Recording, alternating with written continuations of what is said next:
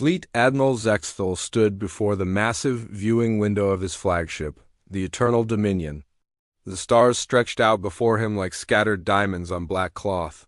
His 4 arms rested behind his back in the traditional pose of imperial authority. The scaled ridges along his neck displayed the deep purple color that showed his satisfaction. Behind him, the bridge hummed with quiet activity. Officers from a dozen conquered worlds worked at their stations. Some had fur, others had shells, and a few breathed different gases through special masks. But they all served the Kethvar Empire now.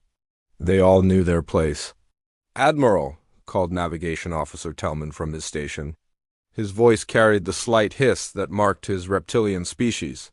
"We are 3 days from the target system. The humans call it Sol." Zexthal turned from the window. His red eyes focused on the data screens that surrounded the bridge. Numbers and images flowed across them like water. Ship counts, weapon readings, and tactical plans filled the displays. "Show me the intelligence reports again," he commanded. The main screen lit up with images of the 3rd planet from the yellow star. Blue oceans and white clouds covered most of the surface. Green and brown landmasses broke through the blue like islands. It looked peaceful. It looked weak. "The species calls itself human," reported intelligence analyst Vexra. Her tentacles moved across her control panel with practiced ease. "They have been broadcasting electromagnetic signals for approximately 200 of their years. Very primitive communication methods." More images appeared on the screen. Humans walked on 2 legs and had only 2 arms each. Their skin came in different shades but was always smooth and soft-looking. They had hair on their heads but nowhere else. To Zexthal they looked fragile. "Military capabilities?" he asked. "Extremely limited," Vexra replied. Her voice carried the confidence of someone who had studied many species before conquest. "They have achieved basic space flight within their own system.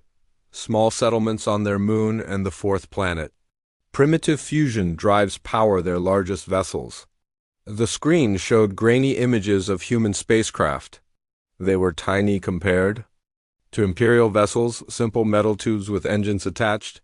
Some carried what looked like basic weapons. Particle beams that could barely scratch Imperial hull plating. "Nuclear weapons exist but are limited to planetary surface use," Vexra continued.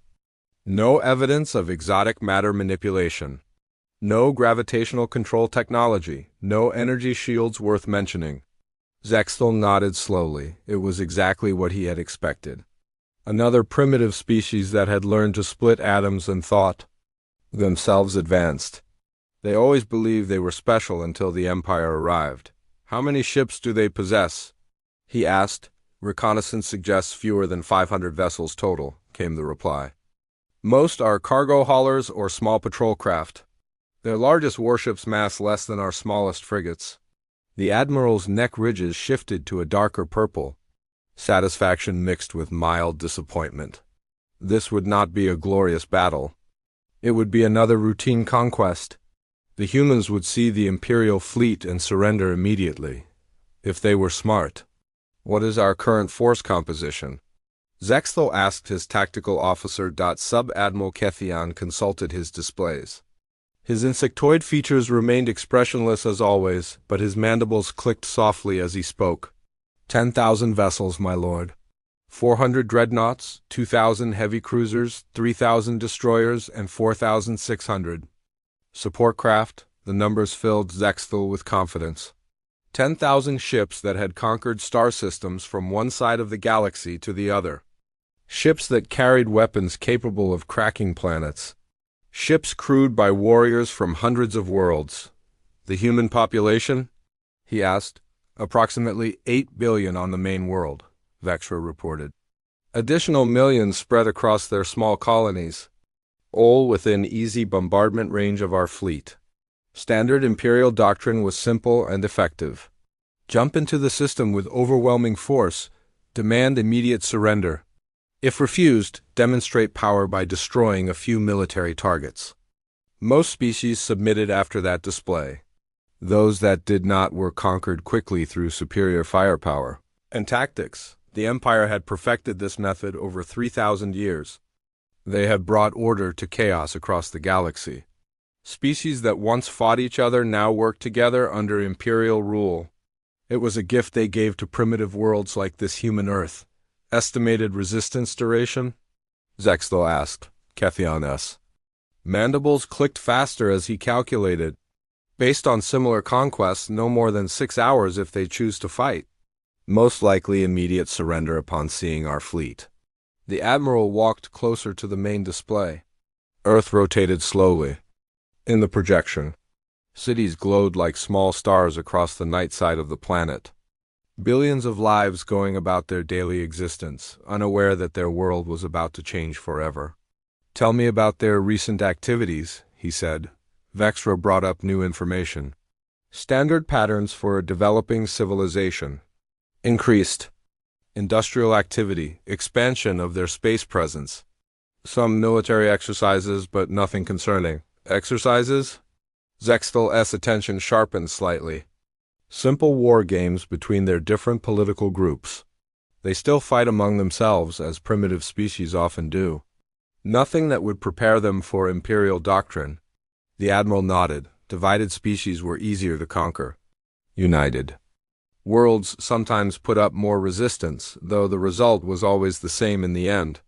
Show me their largest military installation, he commanded. The screen changed to show a complex of buildings. In a cold-looking region of Earth, snow covered the ground around concrete structures. Vehicles moved between the buildings like insects. This appears to be their primary command center, Vexra explained, located in what they call North America. Minimal defensive capabilities. Standard kinetic barriers and primitive missile systems. More images flowed past. Human soldiers in bulky armor carrying simple projectile weapons. Vehicles that rolled on wheels or tracks instead of hovering. Aircraft that needed wings to fly instead of gravitational manipulation. Everything confirmed what the reports had told him. The humans were centuries behind Imperial technology. Maybe millennia behind in some areas. This would be one of the easier conquests in recent memory. Have they detected our approach? Zexthel asked. Negative, replied the sensor officer. Our stealth systems remain effective. They have some basic detection equipment in their outer system, but it cannot penetrate Imperial cloaking technology. The Admiral allowed himself a small smile. His species had evolved from predators, and he still felt the old satisfaction of approaching unseen prey. The humans would have no warning until the Imperial fleet dropped stealth and announced their presence. Communications status? We have monitored their transmissions extensively, reported the communications officer. Multiple languages, but no encrypted military channels that we cannot decode. Their coordination methods are simple and direct. Zexthel studied the tactical displays one more time. Numbers and projections covered every screen. Fleet positions, weapon ranges, planetary, bombardment patterns. All of it pointed to the same conclusion. Begin final approach preparations, he ordered. All ships to battle stations in 12 hours.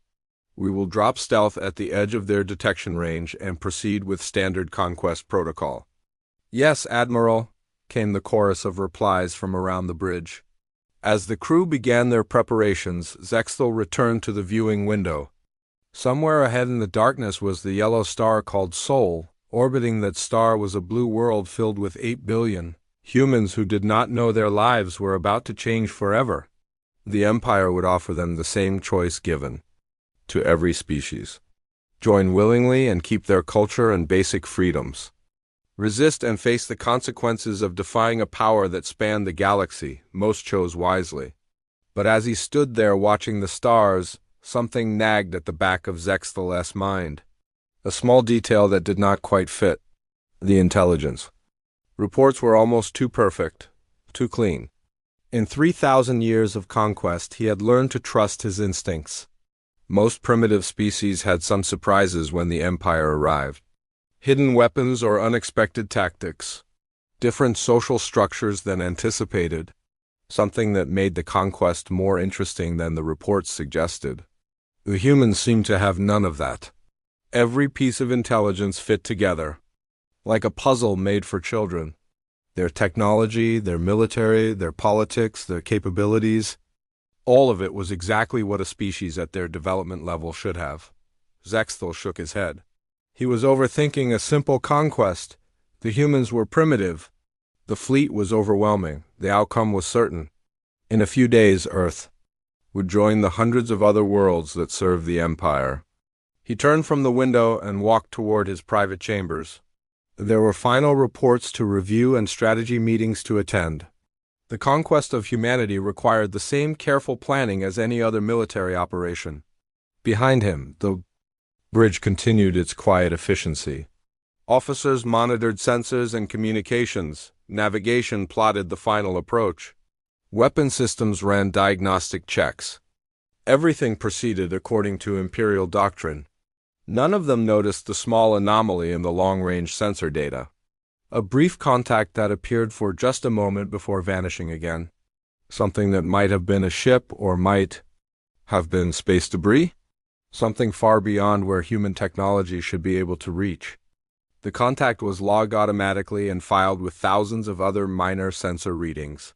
Just another piece of data in the vast flow of information that kept the Imperial fleet running. In 3 days, the Empire would arrive at Earth and begin the conquest of humanity. Everything was proceeding exactly as planned. Dr. Elena Vasquez stood in the observation deck of Titan Station, watching Jupiter's swirling clouds through the reinforced viewing port. The giant planet's surface moved in patterns that had fascinated humans for centuries. But today she was not thinking about the beauty of the gas giant. Today she was thinking about the 10,000 alien ships that would arrive in less than 48 hours behind her. The command center buzzed with quiet activity.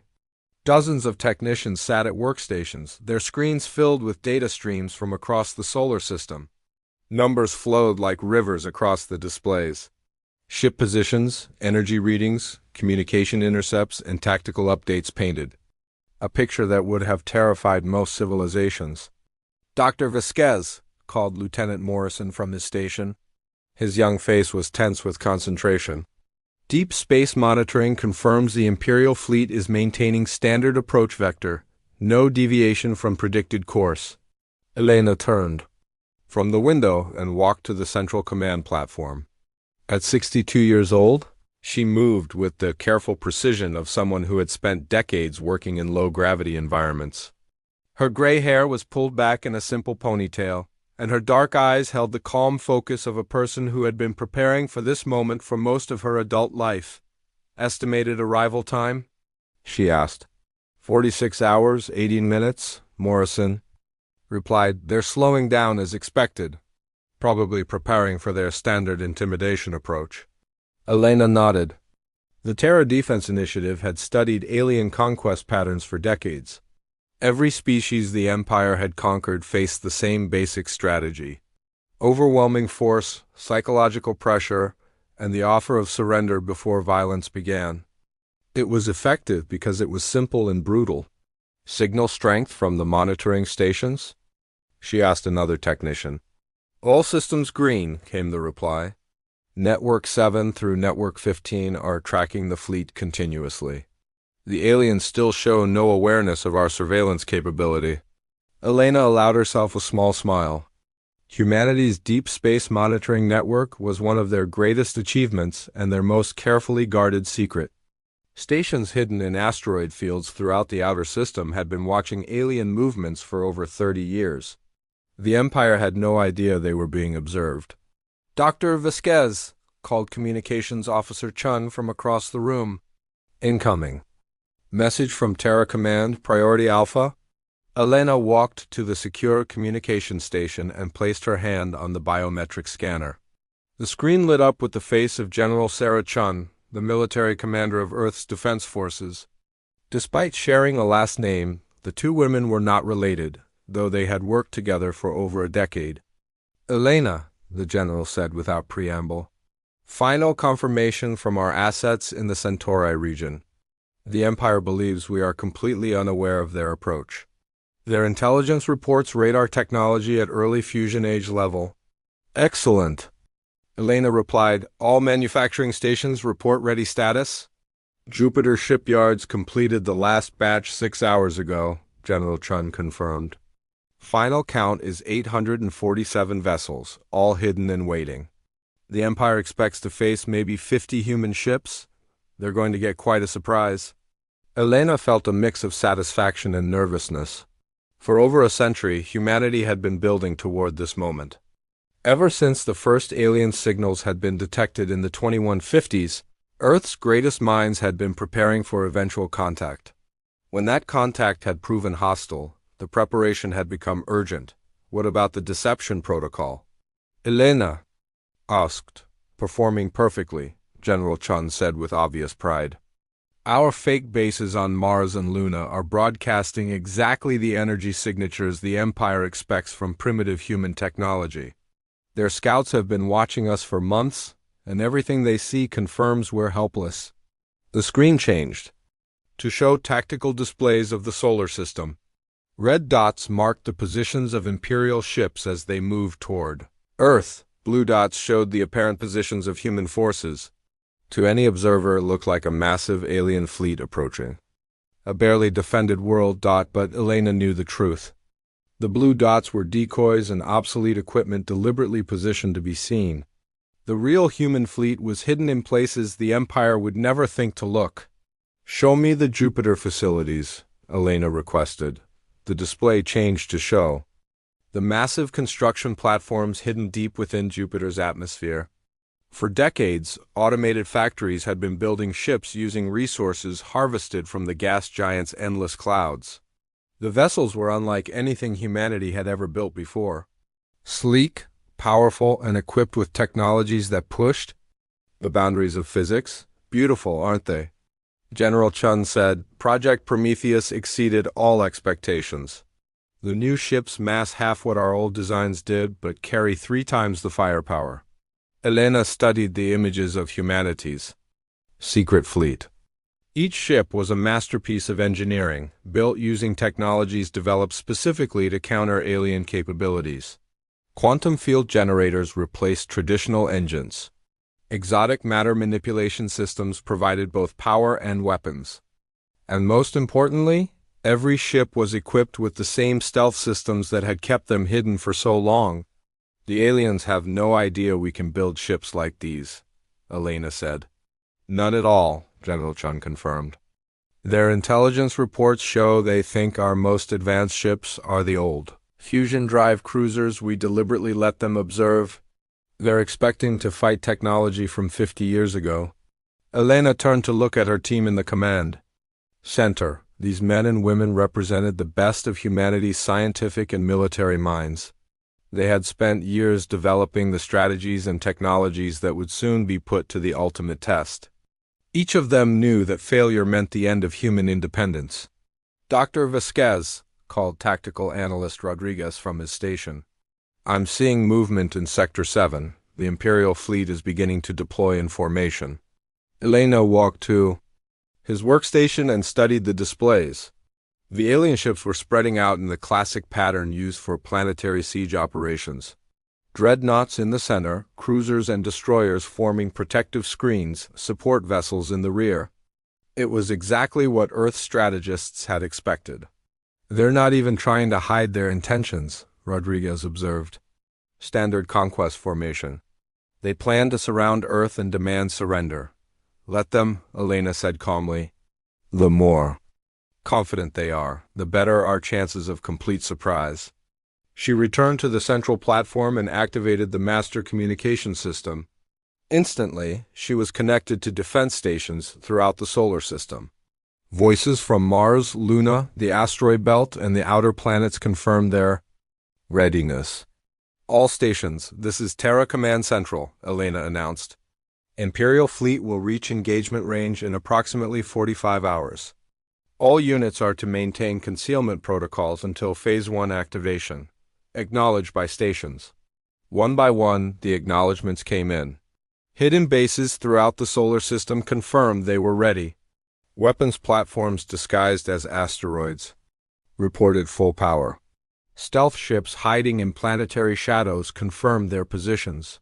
Everything humanity had built in preparation for this moment was functioning perfectly. "Dr. Vasquez," Morrison called from his monitoring station. "I'm picking up increased communication activity from the Imperial fleet.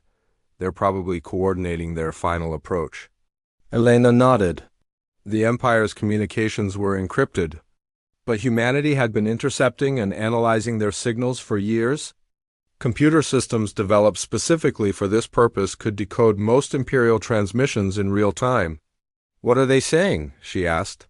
Morrison consulted his translation screens. "Standard pre-conquest coordination. Fleet positions. Target assignments, surrender demand protocols. Nothing unusual. They're treating this as a routine operation." Elena felt another surge of satisfaction. The Empire's confidence would be their weakness. They had conquered so many worlds using the same tactics that they could not imagine facing serious resistance. Humanity was about to teach them a very painful lesson about underestimating their opponents. "Dr. Vasquez," called sensor technician Park from her station. "I'm detecting probe launches from the Imperial fleet. Looks like they're beginning detailed reconnaissance of Earth and the inner system." "Let them look," Elena replied. "Make sure all deception systems are at full power. I want those probes to see exactly what we want them to see." The deception systems were another of humanity's greatest achievements. Sophisticated holographic projectors and false signal generators created the appearance of primitive human defenses. The alien probes would report back that Earth was protected by obsolete weapons and ancient technology. Elena walked back to the observation window and stared out at Jupiter's endless storms. Somewhere in those swirling clouds, the largest manufacturing operation in human history was putting the finishing touches on humanity's secret weapon. Ships that would redefine space warfare were waiting in the darkness, ready to emerge when the moment was right. "Incoming transmission from Earth," announced Communications Officer Chung. "President Martinez wants to speak with you personally." Elena returned to the secure communication station. The president's face appeared on the screen, showing the strain of the past few weeks. The weight of leading humanity through its greatest crisis was visible in his eyes. "Elena," he said quietly, "tell me we're ready for this." "We're as ready as we can be, Mr. President," she replied honestly. "Every simulation shows we have a significant advantage if we achieve surprise. The Empire has no idea what they're walking into." President Martinez nodded slowly. "And if we fail?" Elena considered her words carefully. The president needed honesty, not false comfort. "If we fail, sir, then humanity will either serve the Empire or be destroyed. There won't be a second chance." "Then we don't fail," the president said with quiet determination. "Do whatever you need to do, Elena. The entire species is counting on you and your team." The transmission ended, leaving Elena alone with the weight of 8 billion lives resting on her shoulders. She had helped design every system, planned every strategy, and prepared for every possible outcome. But until the shooting started, no one could be completely certain how the battle would unfold. "Dr. Vasquez," Morrison called urgently. "The Imperial fleet is beginning active scanning of the inner system. Deep penetration sensors, military grade." Elena hurried to his station and studied the sensor readings. The aliens were finally taking a serious look at human defenses. This was the critical moment when their deception would either hold or fail completely. "All deception systems responding normally," reported Park. "The aliens are seeing standard defensive installations around Earth and Luna, primitive fusion. Reactors, basic particle beam weapons, simple missile systems. Everything matches our projected technology level." Elena held her breath as the alien scans continued. Decades of preparation would be wasted if the Empire discovered the truth too early. The entire strategy depended on them believing humanity was helpless until the trap was sprung. "Scan complete," Morrison announced after several tense minutes. "Imperial communications indicate they are satisfied with reconnaissance results. No indication they detected anything unusual." Elena exhaled slowly. The deception was holding.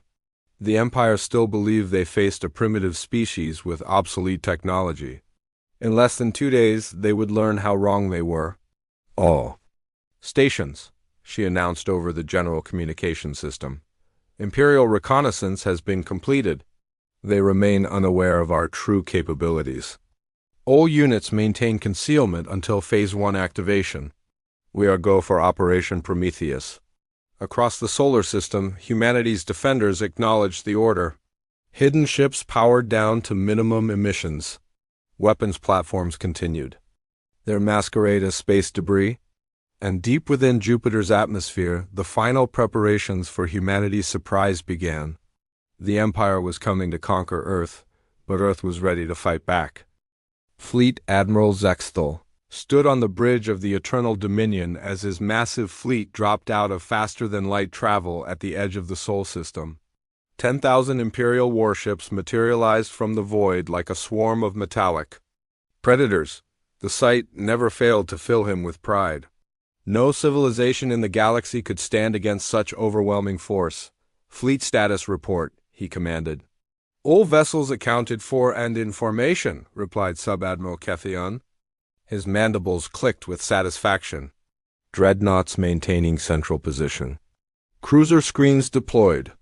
Support vessels secured in rear guard formation. Zexthal nodded as he studied the tactical displays. His fleet stretched across millions of kilometers of space, a testament to Imperial power and efficiency. Each ship bristled with weapons capable of shattering planets.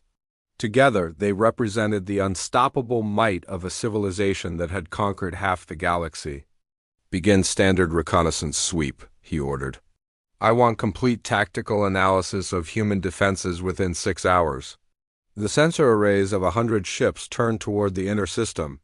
Energy beams swept across space, probing every asteroid, analyzing every energy signature, mapping every human installation from Earth to the outer planets.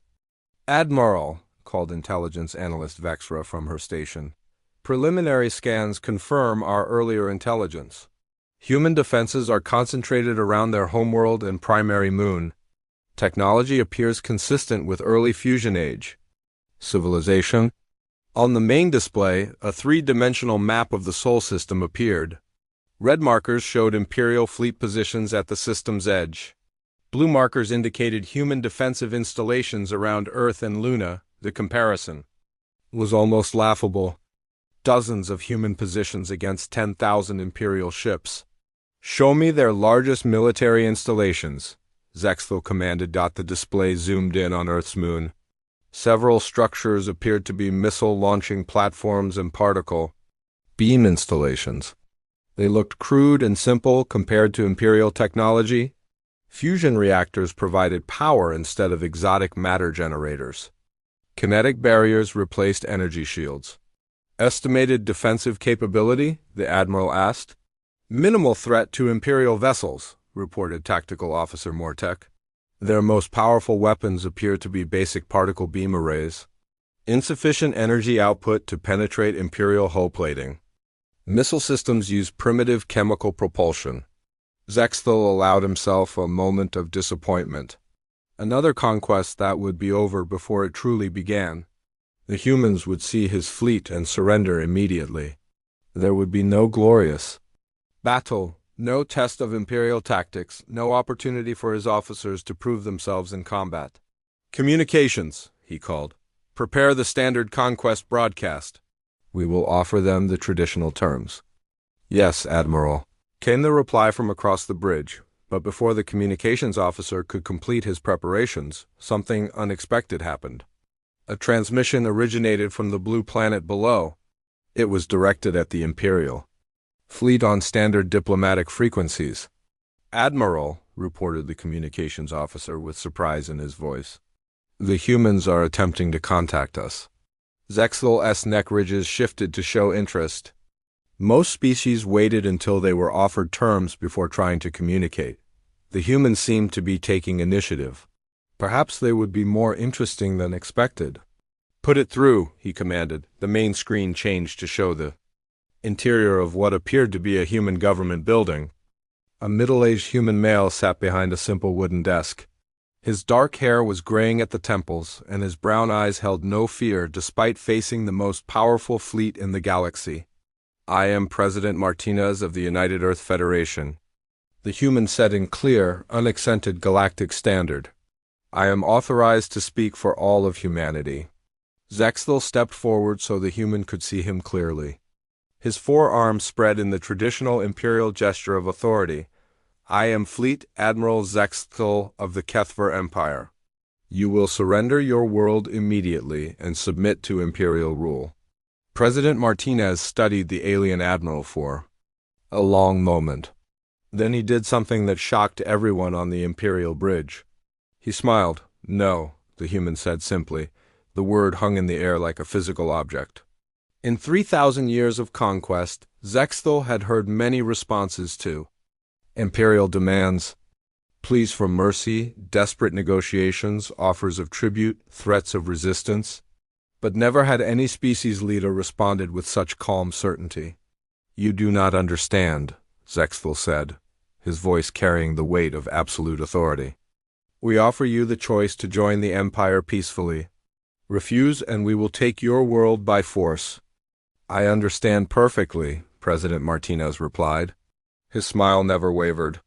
"You want us to surrender because you have 10,000 ships and think we're helpless. You're wrong about the helpless part." Zexthel felt the first stirring of unease. The human's confidence was unsettling. Leaders of primitive worlds usually showed fear when faced with imperial might. This human seemed almost amused by the situation. "Show them," Zexthel commanded his tactical officer. "Give them a demonstration of imperial power." On the screen, President Martinez leaned back in his chair. "Go ahead," he said. "We're waiting." Sub-Admiral Kethian activated the fleet's weapon systems.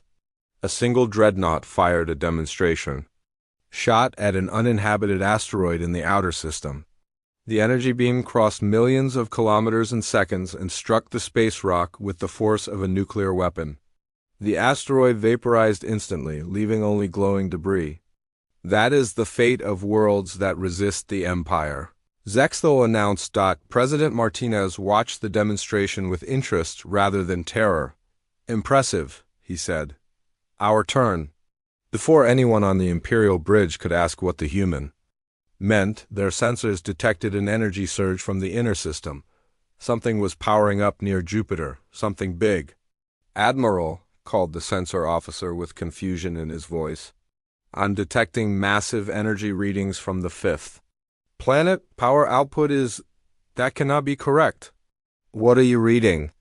Zexthel demanded. "Energy signatures consistent with exotic matter reactors. But the humans don't have that technology. It's impossible." On the screen, President Martinez continued to smile. "You might want to look behind you," he suggested. Zexthel spun toward the rear displays just as proximity alarms began screaming throughout the bridge. The space behind his fleet, which had been empty moments before, was suddenly filled with ships. Hundreds of sleek, dark vessels had appeared as if from nowhere. They moved with impossible grace, sliding between imperial formations like shadows made solid. "Where did they come from?" Zexthel shouted over the noise of alarms and confused reports. "Unknown, Admiral," replied the sensor officer. "They were not there 30 seconds ago. Our scans showed empty space." The human ships were unlike anything in Imperial databases. They were smaller than Imperial dreadnoughts but larger than cruisers. Their hulls seemed to absorb light rather than reflect it. And most disturbing of all, they were moving without any visible means of propulsion. "Stealth technology," Vexra reported with growing alarm. "Advanced stealth technology. More sophisticated than anything in Imperial archives." On the main screen, President Martinez spoke again. "For the past century, humanity has been preparing for this moment. We knew someone like you would come eventually. We've been ready for a long time." "Impossible," Zexthel declared. "Our intelligence reports show you are a primitive species. Basic fusion technology, simple weapons. You cannot have ships like these." "Your intelligence reports showed you exactly what we wanted you to see," President Martinez replied. Did you really think a species capable of quantum communication wouldn't notice you watching us? Zexthel felt his world shifting beneath him. Quantum communication was theoretical even for the Empire. If the humans possessed such technology, then everything his analysts had told him was wrong. Admiral, Kethion called urgently. The human ships are moving into attack positions. They're surrounding our formation? The tactical display painted a picture that sent fear through every Imperial officer. The human fleet was not attacking randomly. They were executing a coordinated maneuver that demonstrated perfect knowledge of Imperial tactics. Somehow, they knew exactly how the Empire's forces would be positioned. How many ships? Zexthel asked. Difficult to determine, came the reply. Their stealth technology is interfering with our sensors. Estimate between 800 and 1,000 vessels. Still outnumbered 10 to 1, but the humans were moving like they expected to win. Their formations were too precise, their timing too perfect. They had been planning this battle for longer than seemed possible. Admiral, the communications officer reported, we're receiving targeting data from multiple sources throughout the system. The humans have been tracking every ship in our fleet since we arrived. President Martinez spoke again from the screen. We know the location, shield frequency, and structural weaknesses of every vessel in your fleet. Our targeting computers have been analyzing your ships for hours. You came here to conquer a defenseless world. Instead, you found 8 billion humans who have spent a century preparing to fight you. The first shots came from the darkness near Jupiter. Beams of energy unlike anything an Imperial experience lanced across space toward the Imperial fleet. But these were not the crude particle beams the reconnaissance had detected. These weapons seemed to tear holes in space itself. The Imperial cruiser Righteous Fury, veteran of a dozen conquests, simply ceased to exist. One moment it was there, the next moment there was only empty space where a kilometer-long warship had been. What was that? Zexthel demanded. Unknown weapon type, reported the science officer. The energy signature suggests some form of exotic matter manipulation. The cruiser's matter was apparently converted to energy at the quantum level. More shots came from the human ships. Each beam that struck an Imperial vessel resulted in the same impossible outcome. Massive warships simply vanished from existence. No explosions, no debris, just empty space where proud Imperial vessels had been. Moments before, all ships return fire, Zexthel commanded. Destroy these human vessels immediately. The Imperial fleet responded with overwhelming firepower. Thousands of energy beams and missile salvos targeted the human ships. But something was wrong. The shots that should have destroyed the enemy vessels passed through them harmlessly. They're not there, the sensor officer reported with disbelief. The ships we're targeting are not in those positions. Some kind of advanced holographic projection. Then where are they? Zexthel shouted. His answer came in the form of energy beams striking Imperial ships from entirely different directions. The human vessels were using some form of technology that made them appear to be somewhere they were not. Imperial weapons fired at illusions while the real ships struck from unexpected angles. In the first 10 minutes of combat, the Imperial fleet lost over 600 ships. Vessels that had conquered star systems disappeared into nothingness. Crews that had served the Empire for decades were gone in flashes of impossible light. Admiral, Kethion called with barely controlled panic, we need to withdraw immediately. We're being slaughtered. But Zexthel was staring at the tactical display in shock. This was not how conquests were supposed to proceed. The Empire had overwhelming numbers and superior technology. They were the predators, not the prey. Yet somehow, impossibly, they were being hunted. How is this possible? He whispered. On the screen, President Martinez answered as if he had heard the question. You spent 3,000 years conquering primitive species that couldn't fight back. We spent 100 years studying your tactics and building weapons specifically designed to kill your ships. You came here expecting to face cave dwellers with sticks. Instead, you found humans. Another wave of impossible weapons fire swept through the Imperial formation. Dreadnoughts that had reduced planets to ash vanished like morning mist. The most powerful fleet ever assembled was being systematically destroyed by an enemy they had thought was helpless. Zexthel realized with growing horror that he was watching the end of Imperial invincibility. For 3 millennia, the Empire had never faced serious resistance. They had grown complacent, assuming their technological superiority was absolute. The humans had just proven them wrong in the most devastating way possible. Captain Sarah Kim gripped the command chair of the Earth defense ship Defiance as her vessel emerged from the shadow of Europa. Around her, the bridge crew worked with deadly efficiency, their faces lit by the glow of tactical displays showing the systematic destruction of the Imperial fleet. "Target acquired," reported Weapons Officer Lieutenant Torres. "Imperial Dreadnought Cosmic Dominion, bearing 27 Mark V, range 800,000 kilometers." "Fire," Sarah ordered without hesitation, the Defiance's quantum disruptor. Cannon charged with a sound like reality tearing. A beam of twisted space-time lanced across the void and struck the alien dreadnought. The massive Imperial warship, which had survived a dozen planetary bombardments, simply ceased to exist. Matter converted to energy in a cascade reaction that left only empty space and fading radiation. "Target destroyed," Torres reported. "That's our 15th kill," Sarah nodded grimly. Around them, the battle raged across millions of cubic kilometers of space. Humanity's hidden fleet had emerged from concealment throughout the solar system, striking the Imperial forces from every direction. What the aliens had expected to be a simple conquest had become a massacre. "Communications," Sarah called. "Status report from the fleet. All human vessels reporting minimal damage," came the reply. "Imperial losses now exceed 60% of their total force. Remaining enemy ships are attempting to withdraw from the system." But withdrawal was not going to be simple for the surviving Imperial vessels. Humanity had spent decades preparing for this moment, and part of that preparation involved making sure none of the aliens would escape to warn their empire about Earth's true capabilities. "Helm," Sarah ordered. "Set course for the retreating Imperial formation, maximum acceleration." The Defiance leaped forward with impossible speed. Its exotic matter drive bent space around the ship, allowing it to cover vast distances in seconds.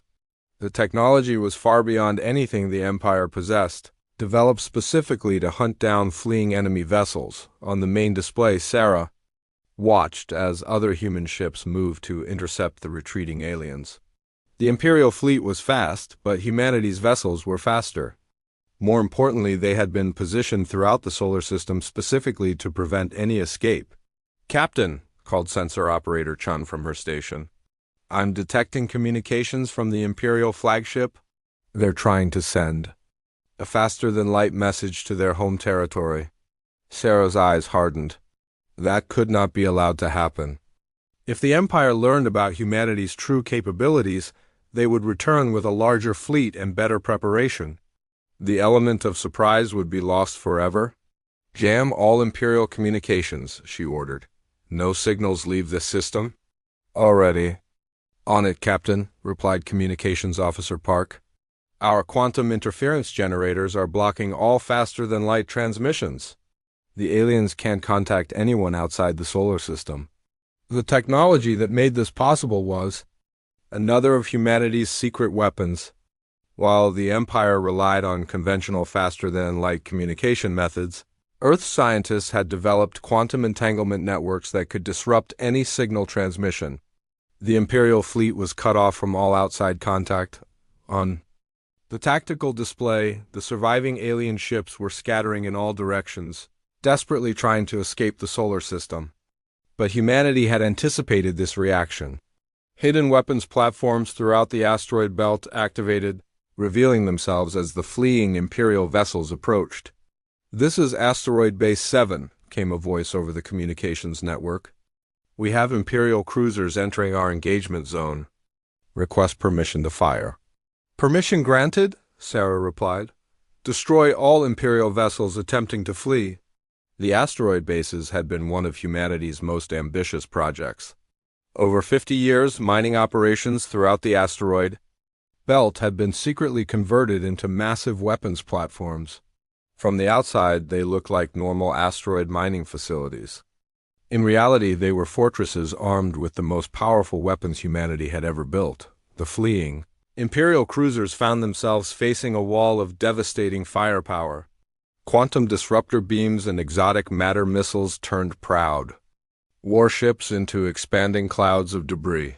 The aliens had nowhere to run. "Captain," Torres reported with satisfaction. "Asteroid defense grid is reporting successful engagement. No Imperial vessels have escaped the inner system." But even as the immediate threat was being eliminated, Sarah knew the battle was far from over. The Imperial fleet had been massive, and despite horrific losses, thousands of alien ships were still operational. Many were damaged and retreating, but they remained dangerous. "Long-range sensors," she called. "Show me the overall tactical situation." The main display changed to show the entire solar system. Red dots marked the positions of surviving Imperial ships. Blue dots showed human vessels moving to intercept them. It looked like a three-dimensional chess game played across billions of kilometers of space. "The aliens are trying to regroup near Neptune," reported Chun. "Looks like they're planning a coordinated jump to faster-than-light speed." Sarah studied the display. The Imperial ships were indeed gathering at the edge of the solar system, probably hoping to escape together in a single massive jump. But humanity had prepared for this possibility as well. "Signal the outer system defense platforms," she ordered. "Activate the gravity well generators." Throughout the outer solar system, hidden installations that had masqueraded as scientific research stations for decades revealed their true purpose. Massive exotic matter reactors powered up, creating artificial gravity fields that made faster-than-light travel impossible within the solar system. The Imperial ships trying to escape suddenly found themselves trapped.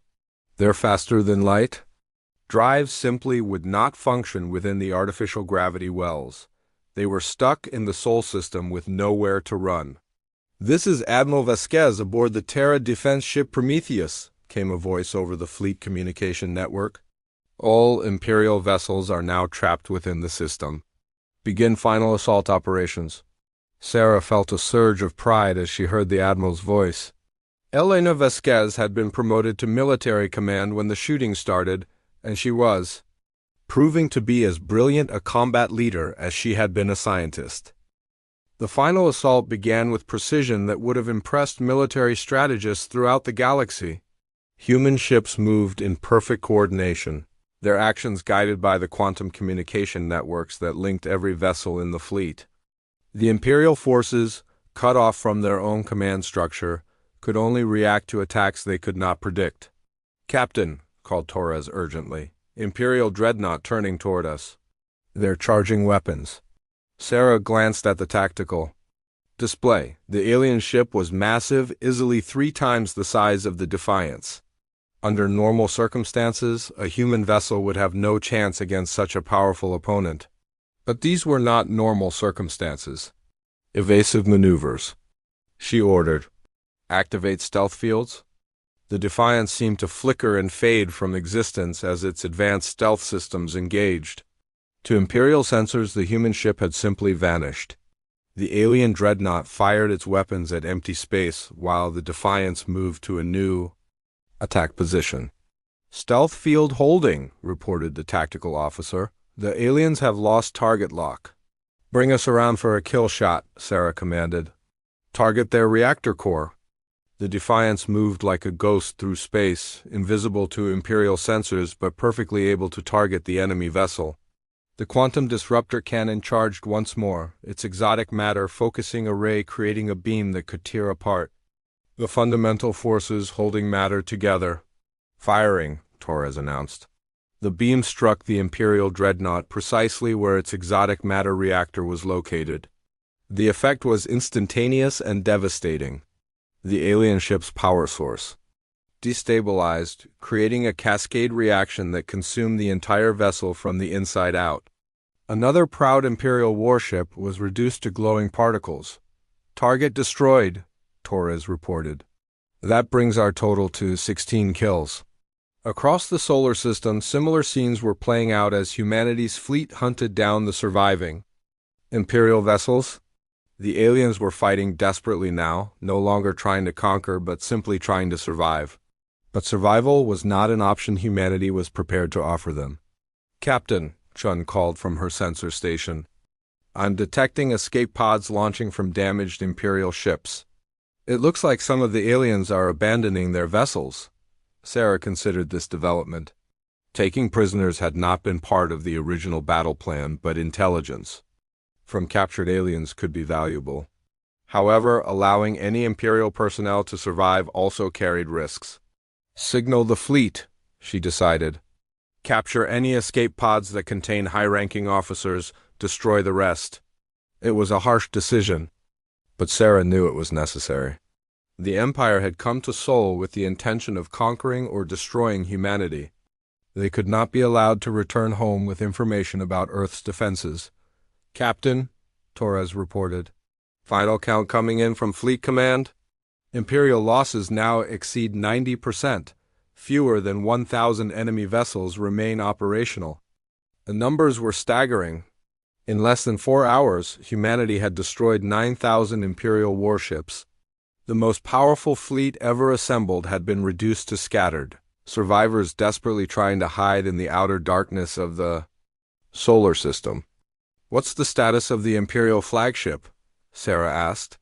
"Still operational but heavily damaged," Chun replied. "It's trying to reach the edge of the gravity well field, probably hoping to escape when the field generators are powered down." Sarah studied the tactical display. The Imperial flagship was indeed limping toward the system's edge, trailing atmosphere and debris, but it would never reach safety. Humanity's pursuit ships were already moving to intercept it. "Signal Admiral Vasquez," Sarah ordered. "Request permission to pursue the flagship." "Permission granted," came the immediate reply. "But I want the ship's commander taken alive if possible. We need to know what the Empire was planning after they conquered Earth." The Defiance changed course and accelerated toward the fleeing Imperial flagship. Around them, the last act of the battle was playing out as human ships methodically hunted down the remaining alien vessels. Soon, the Sol system would be clear of Imperial forces. But Sarah knew this victory was only the beginning. The Empire was vast, controlling thousands of star systems across the galaxy. When this fleet failed to return, they would eventually send investigators. Humanity needed to be ready for whatever came next. "Time to intercept the flagship?" she asked. 17 minutes at current speed, the helm officer replied. Sarah settled back in her command chair and watched the stars wheel past the main display. 17 minutes to capture the alien admiral who had come to conquer Earth. After that, humanity would begin preparing for the Empire's response to their devastating defeat. The hunters had indeed become the hunted, but the hunt was far from over. Fleet Admiral Zexthal sat in the detention cell aboard the human ship Prometheus, his 4 arms chained with restraints made from materials he did not recognize. Through the transparent wall, he could see the corridor where human guards walked, past with casual confidence. 3 days had passed since his flagship had been captured, and he was still struggling to understand what had happened to his fleet. 10,000 ships. The most powerful armada in Imperial history, gone, destroyed by a species the Empire had classified as primitive cave dwellers. The mathematical impossibility of it made his head hurt. The cell door opened with a soft hiss, and Dr. Elena Vasquez entered. She wore the uniform of a human admiral now, though Zexthal remembered her introduction as a scientist. Her gray hair was pulled back in the same simple style, and her dark eyes held the same calm intelligence that had been so unsettling during his interrogations. "Admiral," she said, settling into the chair across from him, "I hope you're finding your accommodations acceptable." Zexthal studied the human woman who had orchestrated his defeat. She looked unremarkable by Imperial standards. No natural weapons, no enhanced physical capabilities, no obvious signs of technological augmentation. Yet she had outmaneuvered the finest military minds in the galaxy. "How?" he asked. Simply. Dr. Vasquez tilted her head slightly. How did we defeat your fleet? How did we prepare so effectively? How did we hide our capabilities for so long? You'll need to be more specific. All of it, Zexthel replied. Your species achieved faster than light travel only decades ago. The Empire has been conquering worlds for 3,000 years. How did you build weapons that can destroy our most powerful? Ships? Time, Dr. Vasquez said simply. And the knowledge that you were coming. She activated a small device, and a holographic display appeared between them. It showed the Sol system as it had been 150 years ago. Primitive chemical rockets carried tiny human craft between Earth and its moon. Simple radio. Signals carried messages at the speed of light. In 2157, we detected the first alien signals, Dr. Vasquez explained. Not from your empire, but from one of the species you had recently conquered. The signals told us everything we needed to know about what was waiting for us among the stars. The display changed to show intercepted transmissions, fragments of communications from dozens of worlds, all telling the same story. The Kethver Empire had arrived with overwhelming force. Resistance was futile. Surrender was the only option for survival. We realized that contact with your empire was inevitable, Dr. Vasquez continued. So we had a choice. We could wait and hope you would be friendly, or we could prepare for the worst. Humanity chose to prepare. Zexthel watched as the holographic display showed Earth's transformation over the following century. What appeared to be normal industrial and technological development was actually the largest military preparation in human history. Every space program, every scientific advancement, every colonial expansion had been designed with one goal in mind. You spent over a century preparing for a single battle? He asked with disbelief. We spent over a century preparing to survive as a free species, Dr. Vasquez corrected. The battle was just the final test of that preparation. The display showed the hidden shipyards within Jupiter's atmosphere, the weapons platforms disguised as asteroid mines, the quantum communication networks that had coordinated humanity's defense. It was the most elaborate deception in galactic history. Your intelligence reports, Zexthel said slowly. They were all false. Carefully constructed to show you exactly what we wanted you to see, Dr. Vasquez confirmed. We knew you were watching. Yes, we knew you would study our capabilities before attacking. So we made sure your studies would reach the wrong conclusions. The implications were staggering. The Empire's intelligence network, refined through thousands of conquests, had been completely fooled by a species they had considered primitive. Every assumption, every tactical plan, every strategic decision had been based on false information. The technology, Zexthel pressed, your quantum disruptor weapons, your stealth systems, your exotic matter drives. These are not technologies a young civilization should possess. Dr. Vasquez smiled slightly. You're assuming we developed them the same way you developed your technology. The Empire grew powerful through conquest, absorbing the knowledge of defeated civilizations. Humanity took a different approach. The display changed to show massive research facilities hidden throughout the solar system. Laboratories where thousands of scientists had worked for decades on theoretical physics that pushed the boundaries of known science. We focused everything on understanding the fundamental forces of the universe, Dr. Vasquez explained. While your empire was conquering worlds, our best minds were unraveling the secrets of quantum mechanics and exotic matter manipulation. We had time to think, to experiment, to develop solutions your scientists never considered.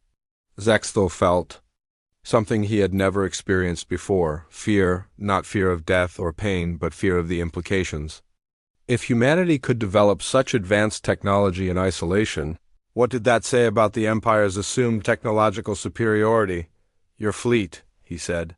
How many ships do you actually possess? The fleet that destroyed your armada represents approximately 10% of our current naval capacity.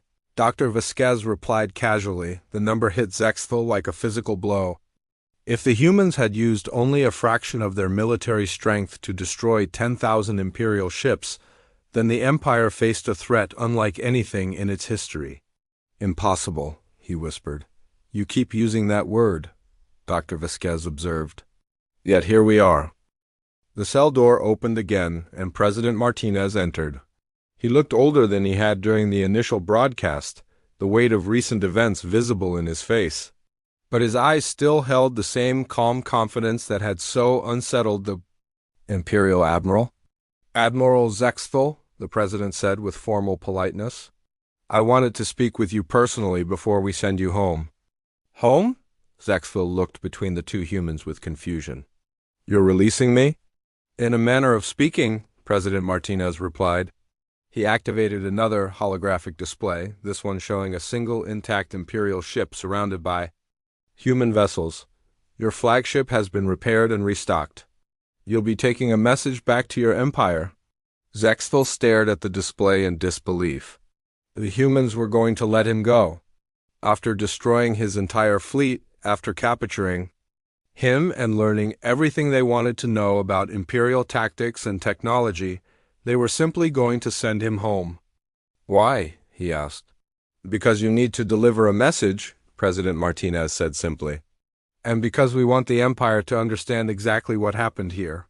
Dr. Vasquez activated her device again, and a new recording began to play. President. Martinez sat behind his desk in the Oval Office, addressing the camera with the same calm authority he had shown during the battle. To the leaders of the Kethver Empire, the recorded president began, your fleet came to our system with the intention of conquest. You believed you faced a primitive species incapable of serious resistance. You were wrong. The recording continued, laying out the details of humanity's preparation and capabilities. Technical specifications of human weapons were displayed, alongside star charts showing the true extent of human expansion throughout the galaxy. It was a complete intelligence briefing that would revolutionize Imperial understanding of their new neighbors. We are not a species that seeks conquest or domination, the recorded president continued. We have no desire to expand our territory through force or to impose our values on other civilizations. But we will not submit to slavery, and we will not accept the destruction of our independence. The recording showed images of the destroyed Imperial fleet, the wreckage of 10,000 ships drifting through space around Earth. It was a demonstration of power that would shock the Empire's leadership. This message serves as both an explanation and a warning, President Martinez said from the recording. Humanity is prepared to defend itself against any threat. We have the technology to destroy your fleets and the determination to use it if necessary. But we would prefer to coexist peacefully. The recording ended with simple terms. The Empire would acknowledge humanity's sovereignty over their territory. Trade and diplomatic relations could be established if desired. But any attempt at conquest would result in the complete destruction of any Imperial forces that entered human space. You expect the Empire to simply accept this? Zexthal asked. To abandon 3,000 years of expansion and dominance? We expect the Empire to be intelligent enough to recognize reality, President Martinez replied. You came here with the most powerful fleet in Imperial history. It no longer exists. That fact will not change no matter how many more fleets you send. Dr. Vasquez leaned forward in her chair. Admiral, you've seen our capabilities. You know what we can do. Your choice is simple. Convince your leaders to accept peaceful coexistence or watch the Empire tear itself apart trying to conquer a species that cannot be conquered. Zexthal sat in silence for several minutes, processing everything he had learned. The Empire had built its power on the assumption that technological superiority and overwhelming force could solve any problem. Humanity had just proven that assumption was false. How do I explain this to the Imperial Council? He asked finally. How do I make them understand that a species we barely knew existed has made our entire military doctrine obsolete? Tell them the truth, President Martinez said simply. Show them the recording. Give them the technical data we're providing. Let them draw their own conclusions. The implications were staggering. If the Empire accepted humanity's terms, it would represent the first time in 3 millennia that they had been forced to acknowledge another species as an equal. If they rejected the terms and continued attacking, they would face a war against an opponent that had already proven capable of destroying their fleets. There will be factions within the Empire that will never accept this, Zexville warned. Military leaders who will demand vengeance for the loss of this fleet. Politicians who will see compromise as weakness. Then those factions will learn. The same lesson you learned, Dr. Vasquez said calmly. Physics doesn't care about politics or pride. Our weapons work the same way regardless of who we're fighting. President Martinez stood and moved toward the door. Your ship will be ready for departure in 6 hours. We've included detailed star charts to help you navigate back to Imperial space without encountering any of our patrol fleets. Patrol fleets? Zexville asked. Did you think we would simply wait for the Empire's response? Dr. Vasquez replied with a slight smile. Humanity has been expanding beyond the Sol system for decades. We have colonies, bases, and defensive installations throughout this region of the galaxy. The Empire no longer controls the space lanes in this sector. The Admiral felt another wave of shock. Not only had humanity defeated his fleet, but they had been secretly expanding their territory while maintaining the illusion of being confined to a single star system. The Empire's maps and territorial claims were based on completely false information. How large is your sphere of influence? He asked. Large enough, President Martinez replied. The Empire will receive detailed territorial information along with our message. We suggest you study it carefully before planning any future military operations in this region. As the two humans prepared to leave, Zexville called out one final question. What happens now? After I deliver your message and the Empire responds? President Martinez paused at the door. That depends entirely on how your leaders respond. Humanity is prepared for either peace or war. The choice belongs to the Empire. The door closed behind them, leaving Zexville alone with his thoughts. In 6 hours he would begin the journey back to Imperial space, carrying with him the most important message in the Empire's history. The species they had come to conquer had instead conquered them, not through force but through superior preparation and impossible technology. The hunters had indeed become the hunted. And now the prey was sending the predator home with a warning that would reshape the balance of power across the galaxy.